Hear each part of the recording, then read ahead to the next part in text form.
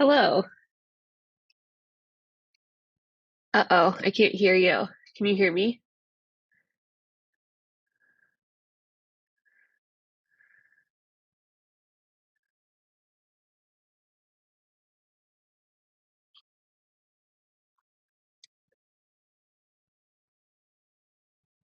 I can tell you're talking, but I can't hear what you're saying.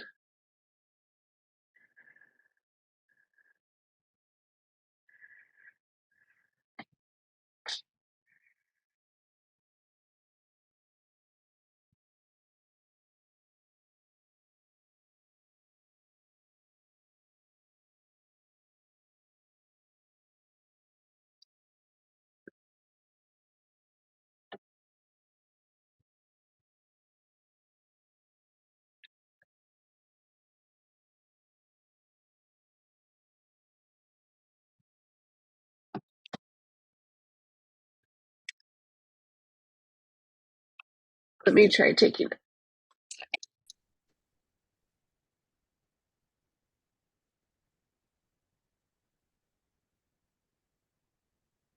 Can you try saying something again? Okay, can you hear me now? I can. Okay, I just won't use my. Okay, well, that's kind of important. So if you Yeah. could share this, let me share screen. Yeah, you should be able to. Okay, good. So let's see here. I'm going to be introducing, and you saw that we're recording today's meeting for others to see. This is the League of Women Voters Speakers Series presentation for December 13th, 2023, and this will be our last program of the year, so stay tuned for announcements from the League as we anticipate programs for January of 2024. As usual, we'll start by inviting announcements. If anybody has announcements to share for the good of the order, for interesting things coming up, just wave your hands or put something in the chat there, and we'll call it to others' attention. Okay, seeing none then.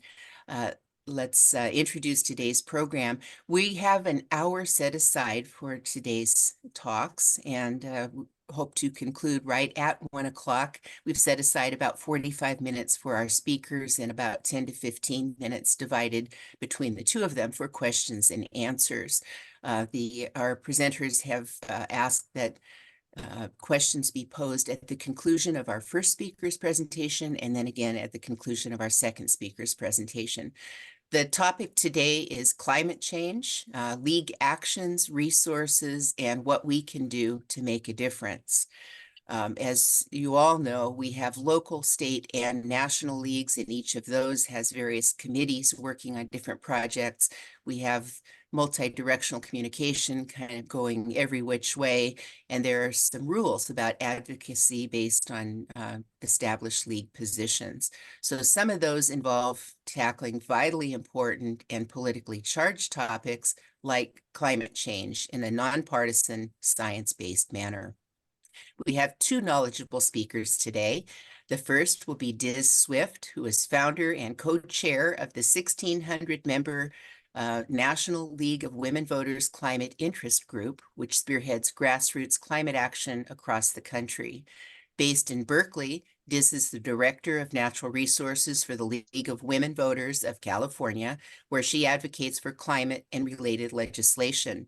Diz holds a PhD in geology from the University of Washington, and she spent her career in minerals exploration and energy, rising to senior management.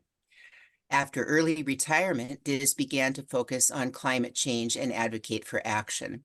She lectures widely on climate science, action, and policy, including 5 years as a guest lecturer at the NYU Stern Business School. She began learning about government and policy as a Berkeley Public Works Commissioner and through the League of Women Voters. Our other speaker today is Betsy McBride. Betsy is co-president of the League of Women Voters of Idaho and chair of the state league's climate team. She holds a BA in political science with a minor in economics from the University of Denver. Betsy first joined the League in Boise in 1970, and due to job transfers, she ended up joining leagues in 9 states, including Colorado, where she was president, and Pennsylvania, where she was vice president. Betsy's professional background includes leadership in collaborative public policy decision-making, media coordination for municipal government, assistant executive directorship for the Washington, D.C.-based Search for Common Ground, and work with the nonpartisan Kettering Foundation, whose mission is to advance inclusive democracies by fostering citizen engagement, promoting government accountability, and countering authoritarianism. Sounds a lot like the League of Women Voters. Betsy has worked long and hard on matters involving environmental policy, too. Some of you may have seen her in the front row at the Idaho Supreme Court hearing this past Monday among appellants in a case involving changes to voter registration and voter ID requirements that the League argues effectively disenfranchise some voters. So stay tuned for more on that. Please join me in welcoming today's speakers. Diz, we'll turn it over to you. Thank you, Nancy. And thank you for that nice welcome. Let's get this started.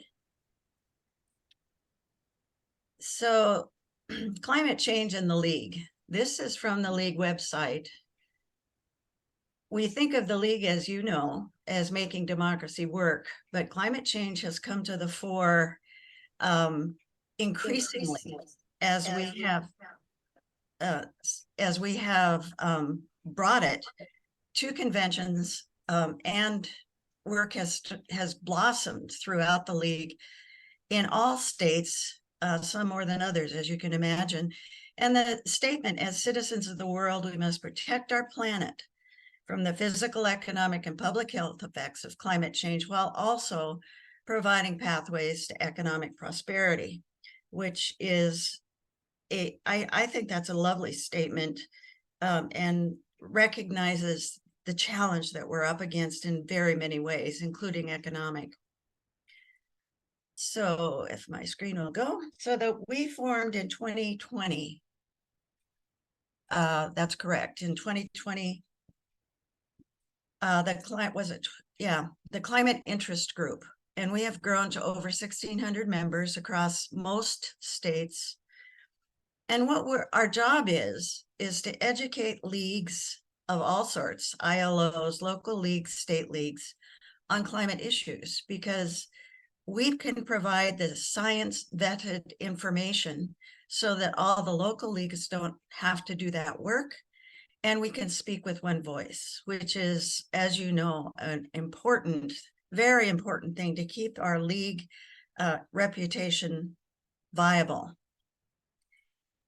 We have lately, with the National League, come up with a whole host of information, and I'll show you more in a little bit, of things that we're doing concerning climate change. The one on the right here is the comments on NEPA. We were asked by the National League to give comments. We formed a small committee within the Climate Interest Group, which we call the SIG, by the way, if I use that term, and came up with information for that the League then published. We have recently been asked to form comments for information on a federal bill concerning climate justice, and we are working on that. We'll meet first part of January. Those are due on January 19th. How you know about all those things, I will show you in a minute. In the Climate Interest Group, we have 10 teams right now. As you can see by the little thumbnails: food, soils, and agriculture. I'll show you a bit about that. Water, which is strong in California, very strong in California, and strong in the upper Mississippi River region, and in the Lake Michigan region, and in Chesapeake Bay. So we have a breadth in water with very different needs in different parts of the country. Renewable energy is sort of focused out of Denver, where we are the National Renewable Energy Lab, the national lab there, with talks from them.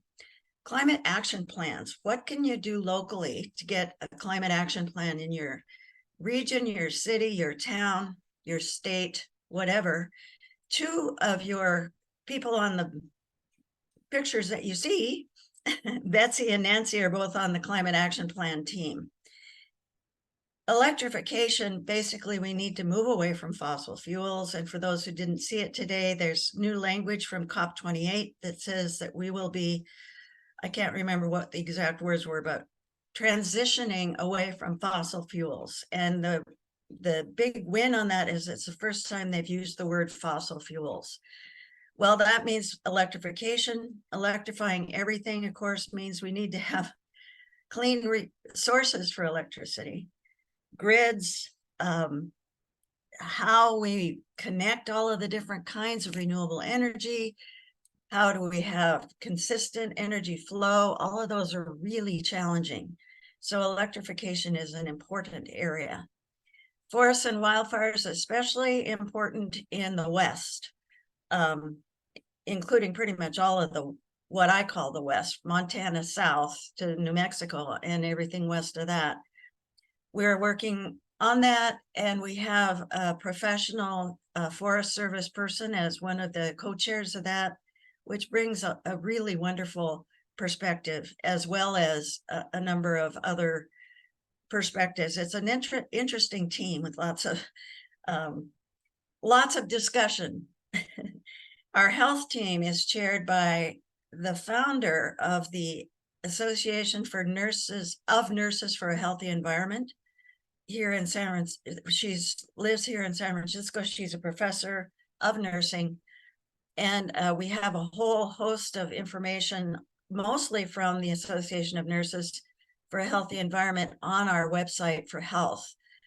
And as you know, we are in a health emergency, a public health emergency with regard to climate.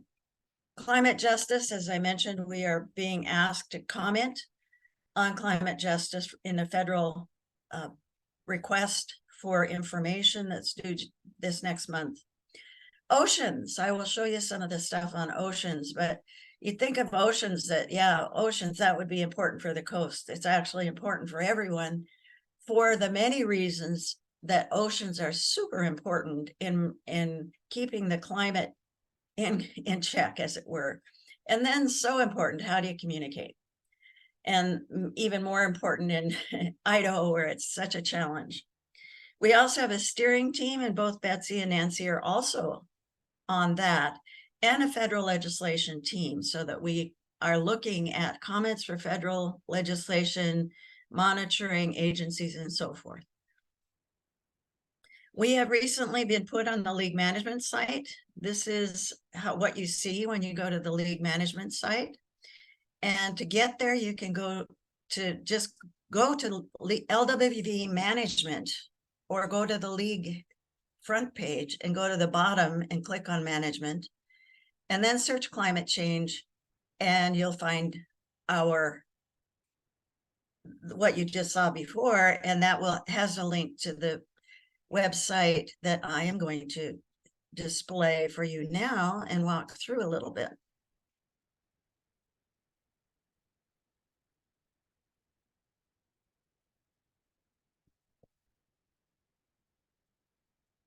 So this is the Climate Interest Group website. As it says, we are your resource for climate action. We want everybody to be able to use the information that we have gathered together. It's science-based, it's vetted, you can use it, it's league supported, and all of those good things. We have all of the imagery and so forth has been checked for copyright.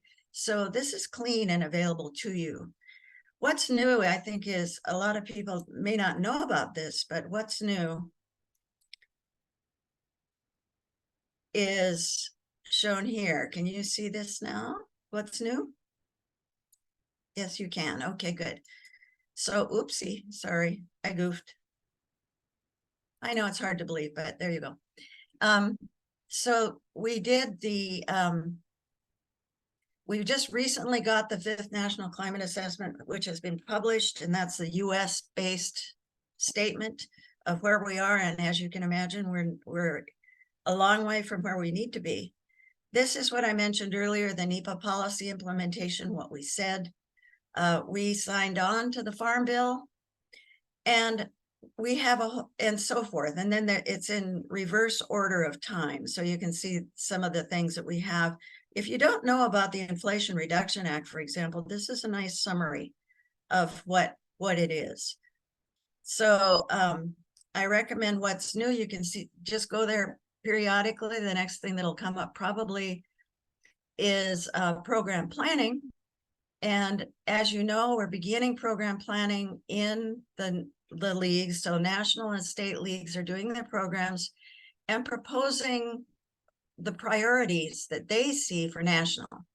And one of them, we encourage people to put together their program to include climate change. We have sent out, and Betsy has it, Nancy has it, a way that you can do that using the survey form. So we recommend that you do that.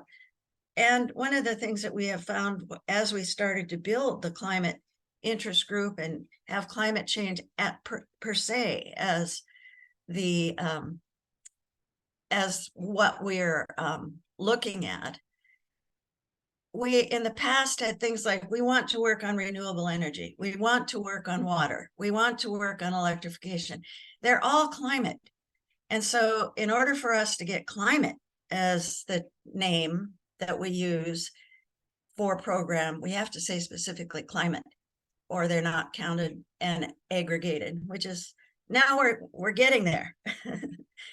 So in addition to what's new, I draw your attention to the blogs.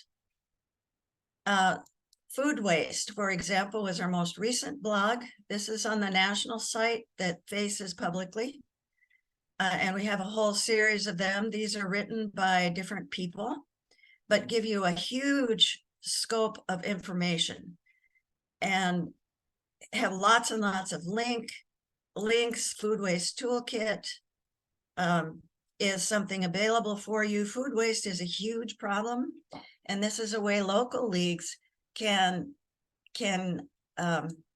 take action. So I recommend exploring each of these areas.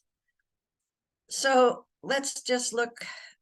So blogs is one way to do it. You can also go to each of these has a website or web page, if you will. So food, soils, and agriculture, as I mentioned, food production and food waste are major contributors. As you can see, 1/3 of food produced in the U.S. is not consumed, and 25% of that goes to landfills. And it causes formation. Decomposing food is a major source of methane. The other thing that is not very well studied, but that is really important, is that with weather changes, and this is just being studied now, we're leading to crop failures, which can lead to famine. It can lead to hunger. It can lead to increasing prices. It can lead to political unrest and so on.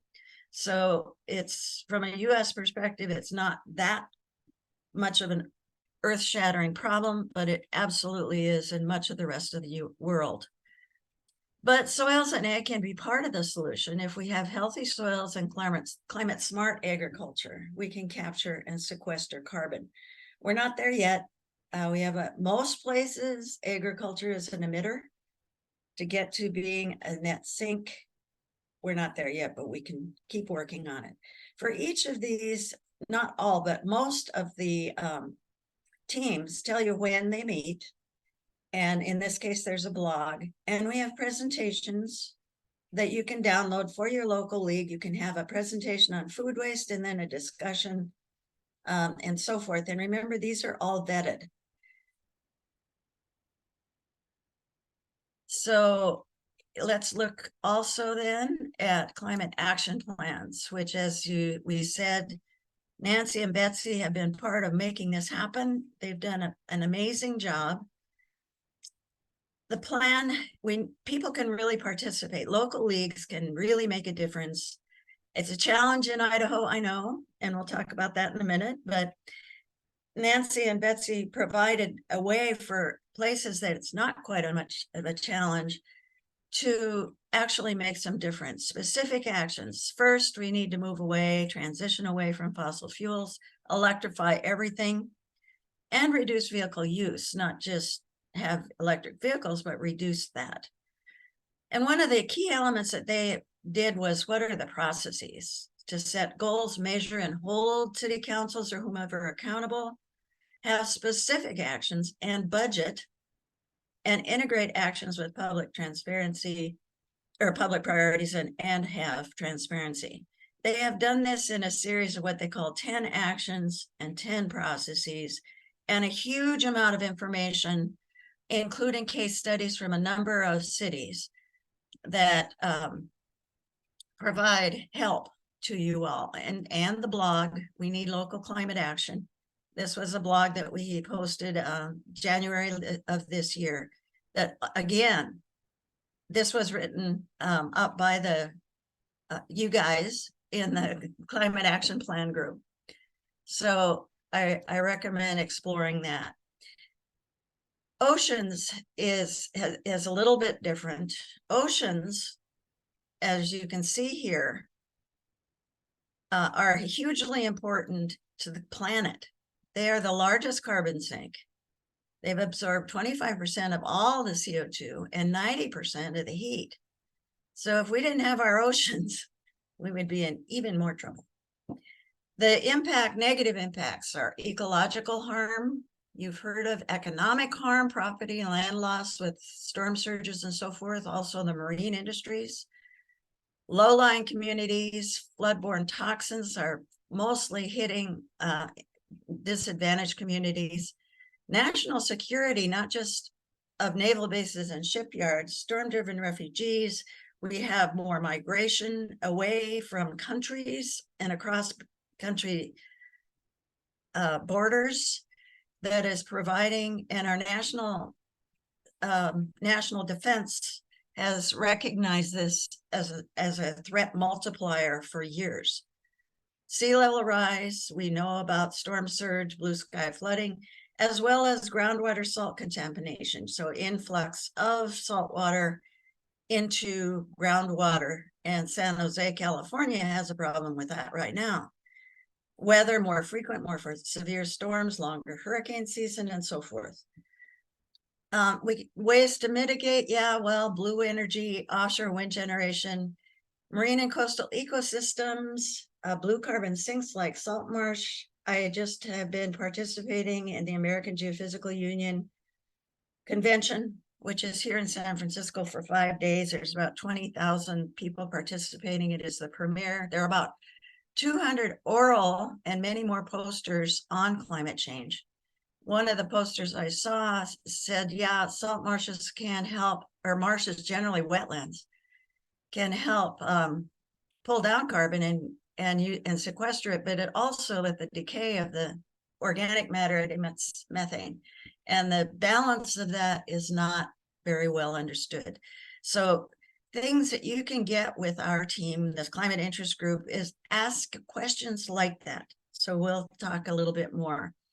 The Oceans team has a 3-minute video of why it's a good team to join, and information on oceans and climate. So these can be used by your local leagues as a presentation and then a discussion. So we hope that that is something that you'd be interested in doing. This state legislation is done by the Climate Exchange. They are doing the very best job you can imagine. You can go by state and see what's going on in your state. And you already know this about Idaho. Republican supermajority. This is your emissions, greenhouse gas from 2019. You can see that transportation is 30%. Agriculture is actually most of the emissions in Idaho. And the challenge for you guys is there's really not a lot happening. If you go to each of these areas, there's this hazard mitigation plan, but there's not a whole lot that you have there. So if we go instead to, for example, wind and renewable energy, in this case, electricity and renewable energy. If you go to learn more, you can learn about different places that have renewable portfolio standards, how they're done, how they work, and so forth. So there's a huge amount of information here that is also vetted, and we have confidence that it's good information for you to use. So by state, that's important. And then communicating climate change, we have as well. So let me go back to the presentation.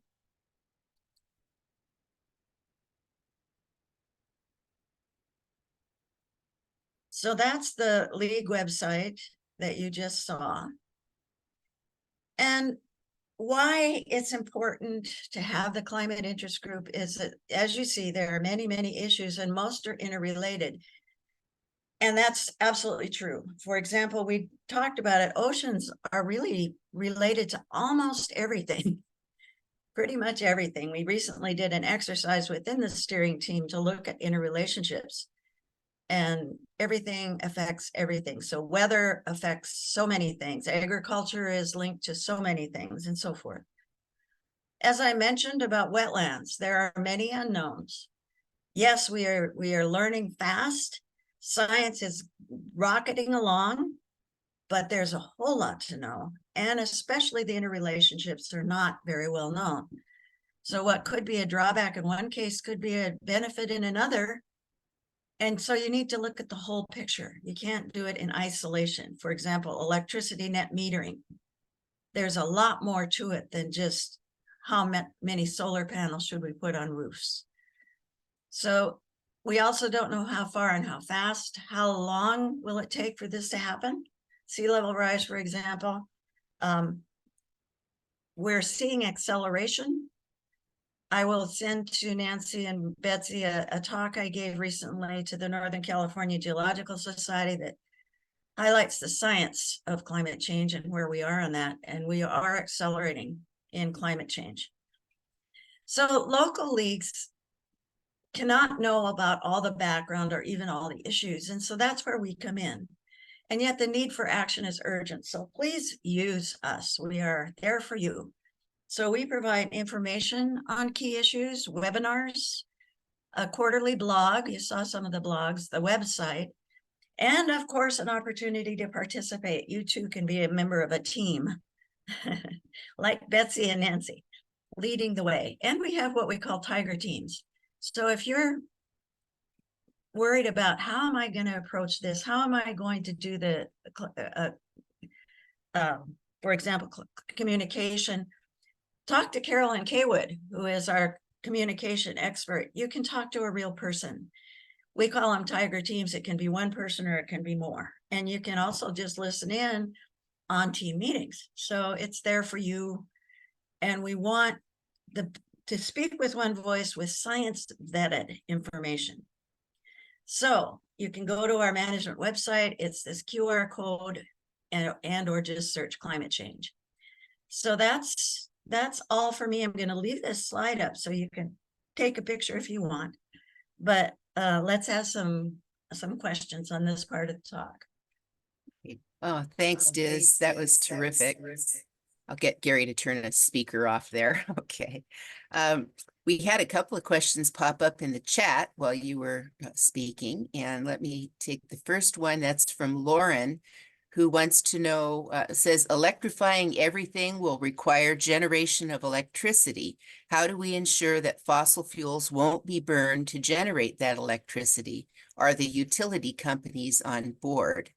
And I'll just inject another point on electricity that came to my mind as well, and that is pertains to your expertise in mining, and wondering about the battery manufacturing and the potential for reclamation and recycling. What are some of those implications with electrification of vehicles and others?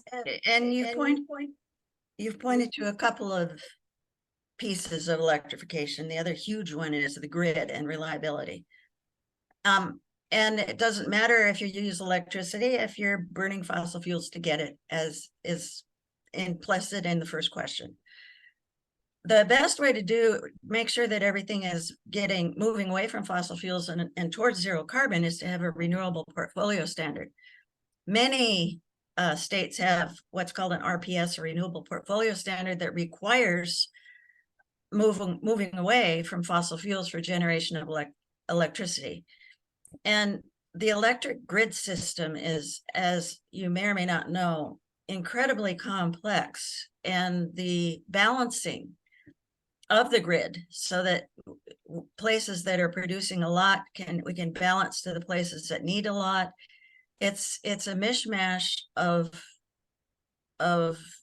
areas. So some places have a solid renewable portfolio standard, but they're drawing from more than their state. Most draw from more than their state, although there are some municipal producers as well.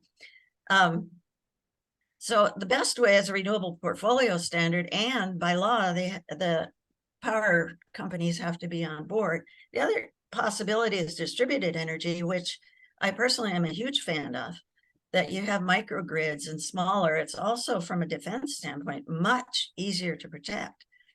So the short answer is the electric grid and electrification is incredibly complicated.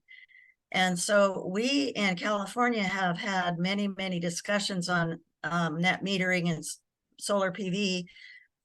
And we have said that the league is not going to come up with a position on that because it's so complicated. We don't have the expertise to know it. So we continue with the balanced education. So this side and that side kind of deal. And as to batteries and mining, the full life cycle of any mitigation, so like EVs, you need to look at the full life cycle. So yeah, an EV driving on the freeway is using electricity, zero emission, they all say, but there's steel made there's tires made, there's all of the electronics made for that vehicle that is emitting, that have emissions associated with them. And then you have to get rid of the battery, you have to get rid of the car, that's emissions. They drive on highways and that's emissions. And so the full life cycle of anything needs to really be looked at, not just one little part. And that's where I was talking about everything is interrelated, and what can be a benefit in one area is a drawback in another. So an EV, for example, great, but tire emissions, or little particles from tires, are one of the key pollutants in oceans. Benefit for one, drawback for another. So you always need to look at the whole picture. Thank you, Diz. Kathy Dawes also has a question. She wants to know what really effective things or actions has the communications team developed? And along those lines, I wonder if you could also address the concept of public-facing information, and then what's the domain of the League of Women Voters or even League of Women Voters Management. So what are these tiers of communication that we have, and how can we utilize them most effectively? So you asked two questions there, Nancy. Tell me the first one again. Yeah, so Kathy said, what really effective things or actions has the communications team developed? Well, I would, let's go to their website here and look.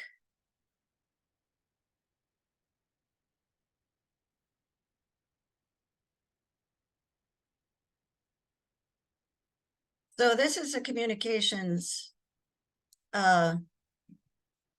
page.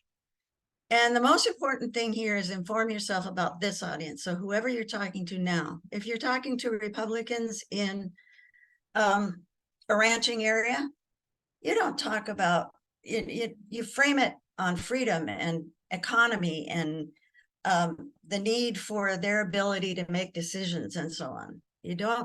You frame it for the audience. And so you can look at all of these things.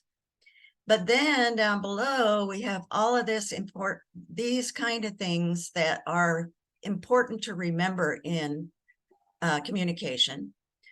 And then we have a whole series of resources, and you can, there are so many resources in here that it really, so climate change in the American mind, that we're talking about how different people see climate change differently and so forth. So does that answer your question, Kathy? I guess what I'm looking for are some sample talks or presentations that Well, they're right, somebody. Okay, they're here. Kathy, it looks like you're unmuted. Can you, did that answer your question? Well, she said she's looking for talks, example talks. An example talk depends on the audience. So talking about climate safe agriculture to a Republican area in Montana is a different talk than climate safe agriculture to Marin County in California.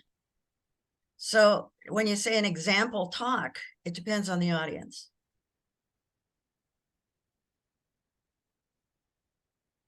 So in that case, you could go to the Tiger teams and ask for help.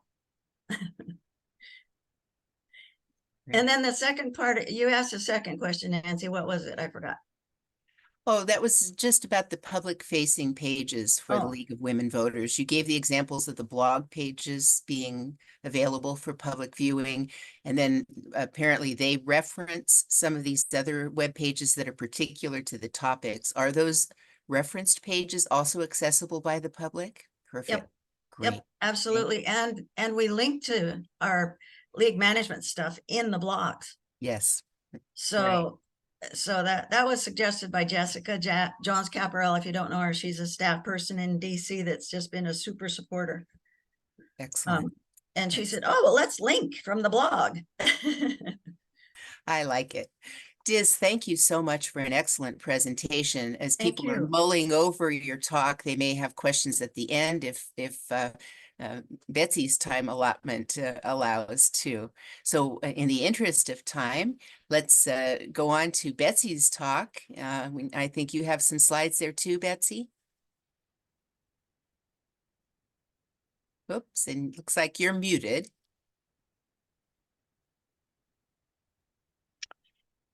Thank you, Nancy and Diz, two people that inspire all of us. And as my voice comes and goes, I may be grabbing water. It's something that happens when you live in very dry Idaho and high mountain desert of Boise. Want to start with thinking about the state league and our existing position. We have a position related to energy, but it was very outdated. It was focused on maintaining this status quo. There was a lot of background information that was no longer current. So the state convention delegates voted to update that position with new emphasis on climate. So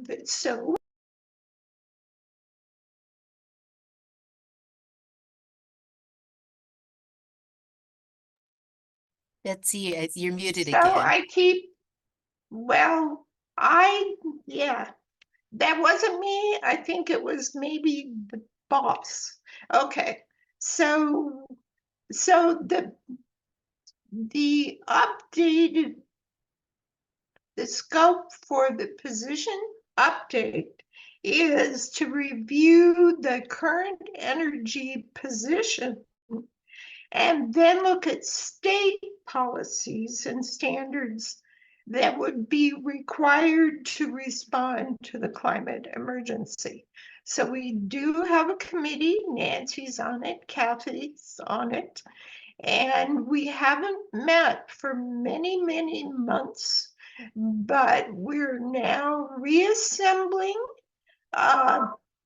Yeah, Kathy's going to have to give up the 19 other, anyway, so we're reassembling and we hope that you be happy to join us. Meanwhile, even though we have, yeah, so there's supposed to be a pillow over that phone. There, even though we're updating that position, National League has position on climate. If you go to the national management site and look on impact on issues, you will find the climate position on page 110.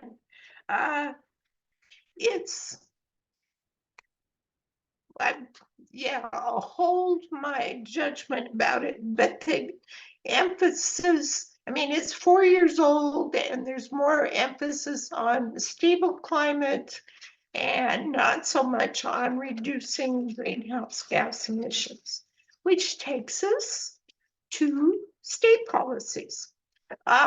In Idaho, there are a few, and I mean a real few, of tax incentives for consumers.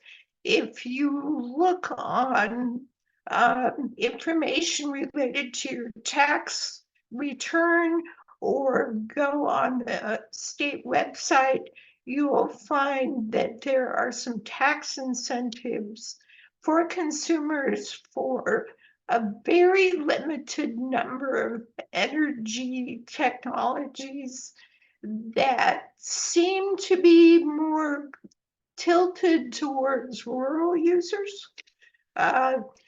Heat pumps is not on that list. And of course, we see a lot of interest in heat pumps these days, but you can't get a tax credit for a heat pump in Idaho. You'd have to move to California for that. There's also and I don't think this is well known, there's a low interest loan for residences that exist in Idaho for energy improvements. You do have to connect you have to insure the loan by mortgaging your house to the state, but there is a low interest loan program. Now, the state legislature occasionally, very occasionally, weighs into climate issues, not necessarily to our advantage. Excuse me.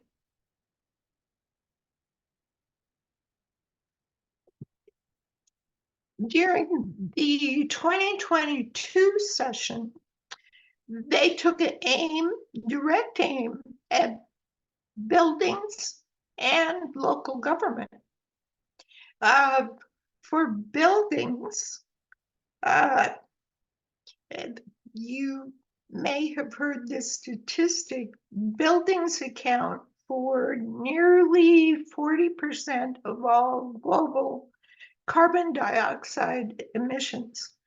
So attacking building policy in Idaho is not a small matter. In the past, before the 2022 session and House Bill 660, there was an Idaho Building Code Board, and they met, reviewed the national standards, and decided on the new state energy conservation codes for Idaho. They were able to do that using administrative rulemaking, but the legislature decided that they could do a better job of being energy code experts. So they passed HB 660 and pretty much, as somebody said, kneecapped the board. The legislature took over the authority for deciding on code. They locked in an outdated code and significantly made it not possible for local governments, local, that is city or county, to adopt building codes, building energy codes, stricter than the state code. Before House Bill 660, a local government, as long as it was at least as stringent as the state code, could adopt more stringent codes. So a place like Ketchum or Boise, perhaps Moscow, but we'd have to ask Mayor Nancy about that, could do that. After the bill was passed, that was no longer possible. Meanwhile, the U.S. Environmental Policy, EPA, the Environmental Protection Agency, reports that in Idaho, over the last decade, over the last century, the state overall has warmed from 1 to 2 degrees.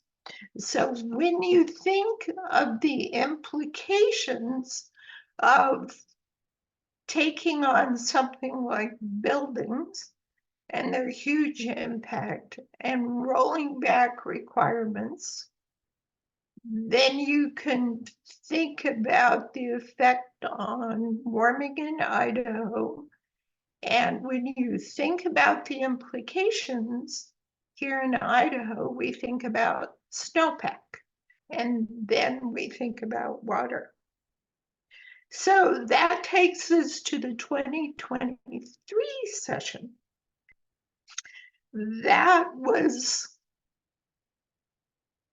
There were organizations that were paying attention to this bill, but it wasn't widely discussed. It was House Bill 96. It was passed, it was signed, and it made just an apparent small difference in the law related to what energy projects could have access to bonding authority. And of course, if you have expensive projects, being able to do public bonds is very significant for being able to go forward. In the past, the language of that law said it was provided for renewable energy projects. The change in language made by the bill, they took out renewable and changed it to clean. Now you can imagine how this enlarged who could gain access to bonding authority, and it was most specifically nuclear projects because they are considered clean but not necessarily renewable.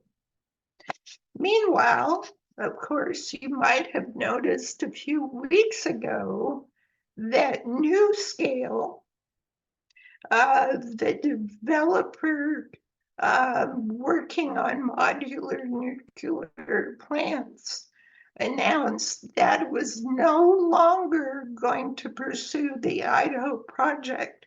The cost had gone from $5.5 billion to $9.3 billion, and even with access, this is my comment, not their comment. Even with access to bonding authority, they thought they couldn't come up with enough customers to for ongoing costs. Okay, the state office.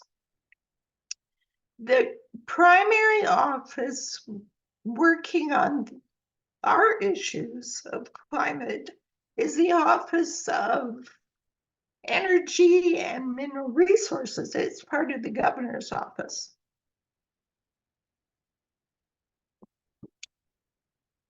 They are tasked with managing the federal grants from the bipartisan infrastructure law.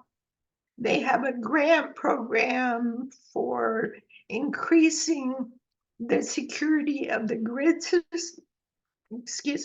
Grid system in Idaho. There's another grant program for cities and counties to promote energy efficiency and conservation with the overall goal to reduce energy costs. This same office, the Office of Energy and Mineral Resources, is the office that will run the rebate program that is coming in 2024. And that rebate program will support consumers interested in transitioning from use of natural gas to electrical. So it would cover, heating, cooling, stoves, water heaters, solar. So the rebate system will be quite robust. The state had to apply for the funds, but their website said they're coming. They also have in this office, and I'll check my time, which is, I see getting short. Yeah, another alliance, which was basically formed by Governor Otter to support the energy's commercial interests in Idaho. It's run by utility folks. That is, all the board representatives are utility folks. And there are no citizens on that board at this time, and that is local citizens. Okay, so I think I'm really close to my time. Nancy? Well, do you want to mention the Dillon rule, and then we can maybe have just a few minutes for questions and answers? So the Dillon rule is significant, particularly when you think about some of the information provided by Diz. The Dillon rule is basically if you're a Dillon rule state, local government cannot do does not have any authority except for the authority granted to it by the state legislature. So if the state legislature says you can't have strict building codes, too bad. If you lived in a home rule state, you could. But in Idaho, we live in Dillon rule state. So what we can do and what we can't do is governed by that rule. There's an excellent article, a law journal article from the University of Idaho that you can find online with, the background and plenty of information. So, okay. Thank you, Betsy. Sure. Does anybody, I don't see any questions here in the chat. Does anybody have a hand to raise? Diz does? Okay, please go ahead. I just want to share that although you may not get a rebate or a tax incentive for heat pumps in Idaho, you can get them nationally. From the Yes. Inflation Reduction Act, there's significant rebates and tax incentives for a variety of things, batteries, heat pumps, etc. So that is available to you. Well, that's a perfect segue to my question for Betsy. She said that heat pumps weren't on that list for tax credits in Idaho, but I know some of the aspects of the Inflation Reduction Act are administered by the state, and Idaho has been notorious in its rejection of federal offerings as that in some cases. I wonder, is Idaho participating to the fullest extent, or do you know on opportunities for states to benefit by administering federal funds for those purposes? Or maybe Diz knows too. No, I don't know. Well, it's exactly the right question, Nancy, because the rebate program where consumers can almost have some of these appliances and solar panels, etc., fully paid for, the state had to apply for the funds. So there was a real question based on how the state has behaved in the past about whether they would do that. But their website indicates they will. The tax credits, and they're not deductions, the tax credits that Diz references are available on your 1040 tax return. So the state has no way to prevent you from gaining those. Our eagle-eyed legislative watcher, Kathy Dawes, has a question for you, Betsy. Do you predict any possible legislation that might come up this next session that would relate to climate issues?